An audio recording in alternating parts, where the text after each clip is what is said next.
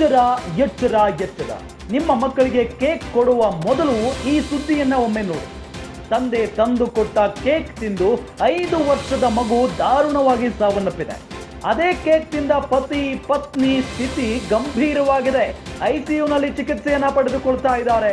ಮಗುವಿನ ತಂದೆ ಬಾಲರಾಜ್ ಹಾಗೂ ತಾಯಿ ನಾಗಲಕ್ಷ್ಮಿ ಸ್ಥಿತಿ ಗಂಭೀರವಾಗಿದೆ. ಈಗ ಕಿಮ್ಸ್ ಆಸ್ಪತ್ರೆಯಲ್ಲಿ ಚಿಕಿತ್ಸೆ ಪಡಿತಾ ಇರುವಂತಹ ಅಸ್ವಸ್ಥ ದಂಪತಿ ಫುಡ್ ಪಾಯ್ಸನ್ ನಿಂದ ಮಗು ಸಾವನ್ನಪ್ಪಿರುವ ಬಗ್ಗೆ ವೈದ್ಯರು ಮಾಹಿತಿಯನ್ನ ನೀಡಿದ್ದಾರೆ. ಬೆಂಗಳೂರಿನ ಕೆಪಿ ಅಗ್ರಹಾರ ಬಳಿಯ ಭುವನೇಶ್ವರಿ ನಗರದಲ್ಲಿ ಆಗಿರುವಂತಹ ಘಟನೆ ಇದು. ಕೇಕ್ ತಿಂದ ಬಳಿಕ ಮಗುವಿನ ಆರೋಗ್ಯದಲ್ಲಿ ಏರುಪೇರಾಗಿದೆ. ಆಸ್ಪತ್ರೆಗೆ ಹೋಗುವ ಮೊದಲೇ ಸಾವನ್ನಪ್ಪಿದ ಪುಟ್ಟ ಕಂದಮ್ಮ.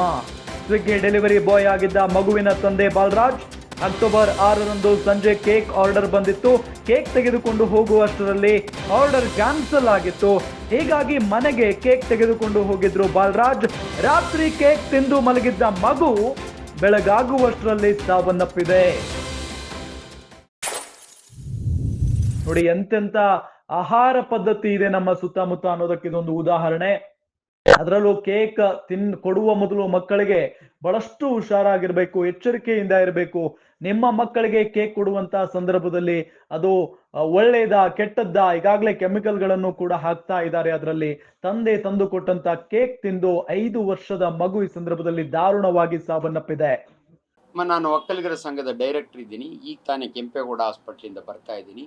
ಅಗ್ರಹಾರ ದಾಸರಹಳ್ಳಿಯಲ್ಲಿ ಗಂಡ ಹೆಂಡತಿ ಒಂದು ಮಗು 3 ಜನ ಕೇಕ್ ತಿಂದಿದ್ದಾರೆ. ಅವ್ರು ಹೇಳೋದು ನಾನು ಸ್ವಿಗ್ಗಿ ಒಳಗೆ ವರ್ಕ್ ಮಾಡ್ತೀನಿ ಅಂತ, ಯಾರಿಗೋ ತೊಗೊಂಡೋಗಿದ್ದನ್ನು ಅವ್ರು ಸಿಗಲಿಲ್ಲ ಅಂತೇಳಿ ನೆಕ್ಸ್ಟ್ ಡೇ ಮಗುಗೂ ತಿನ್ನಿಸಿ ತಾನು ತಿಂದ ಅಂತ ಅವರಿಬ್ಬರ ಹತ್ರ ನಾನು ಮಾತಾಡ್ಕೊಂಡು ಬರ್ತಿದ್ದೀನಿ. ಅನ್ಫಾರ್ಚುನೇಟ್ಲಿ ಮಗು ಹಾಸ್ಪಿಟ್ಲಿಗೆ ಬರೋಷ್ಟೊತ್ತಿಗೆ ತೀರ್ಕೊಂಡಿರುತ್ತೆ. ಬ್ರಾಡ್ ಡೆಡ್ ಅಂತೀವಿ. ಅದು ನಿನ್ನ ಪೋಸ್ಟ್ ಮಾರ್ಟಮ್ ಮಾಡಿಲ್ಲ. ಇವರಿಬ್ಬರ ಹತ್ರ ನಾನು ಮಾತಾಡಿ ಬಂದಿದ್ದೀನಿ. ಇಬ್ಬರು ಚೆನ್ನಾಗಿದ್ದಾರೆ.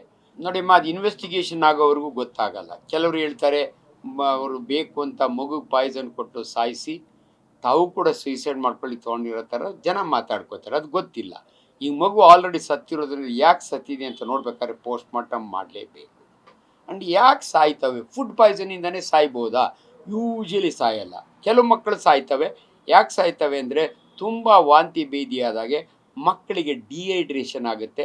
ಅಂಥ ಮಕ್ಕಳನ್ನ ನಾವು ಅಡ್ಮಿಟ್ ಮಾಡಿ ಗ್ಲೂಕೋಸ್ ಹಾಕಿ ಆಂಟಿಬಯೋಟಿಕ್ಸ್ ಕೊಡೋದಿಲ್ಲ ಅಂದರೆ ಸತ್ತೋಗೋ ಚಾನ್ಸ್ ಇರುತ್ತೆ. ಬಟ್ ಈ ಪರ್ಟಿಕ್ಯುಲರ್ ಮಗ ಇವತ್ತೇನು ಕಿಮ್ಸ್ ಹಾಸ್ಪಿಟ್ಲಿಗೆ ಬ್ರಾಡ್ ಡೆಡ್ ಇದೆಯಲ್ಲ, ನಾನೇ ಆ ಪೇರೆಂಟ್ಸ್ ನೋಡಿ ಬಂದಿದ್ದೀನಿ. ಇದು ಪೋಸ್ಟ್ ಮಾರ್ಟಮ್ ಆಗೋವರೆಗೂ ರೀಸನ್ ಗೊತ್ತಿಲ್ಲ. ಪೋಸ್ಟ್ ಮಾರ್ಟಮ್ ಆದಮೇಲೆ ನಿಮ್ಮ ಮಾಧ್ಯಮದಲ್ಲಿ ನಾವೆಲ್ಲ ತಿಳಿಸ್ಕೊಡ್ತೀವಿ. ಆದ್ದರಿಂದ ದಯವಿಟ್ಟು ಜನಗಳಿಗೆ ಈ ವಿಚಾರದಲ್ಲಿ ಒಂದು ವಾರ್ನಿಂಗ್. ಎಲ್ಲಿಂದನೋ ತರಿಸಿದಂಥ ಫುಡ್ಡು ಫ್ರೆಶ್ ಇದೆಯಾ ಇಲ್ವಾ, ಕಂಠ ವಾಸನೆ ಬಂದಿದೆಯಾ ಇಲ್ವಾ, ಇಂಥದ್ದನ್ನು ನೋಡಿ ಆಹಾರವನ್ನು ಸೇವಿಸಿ ಅಂತ ನಾನು ಇನ್ಸ್ಟ್ರಕ್ಷನ್ಸ್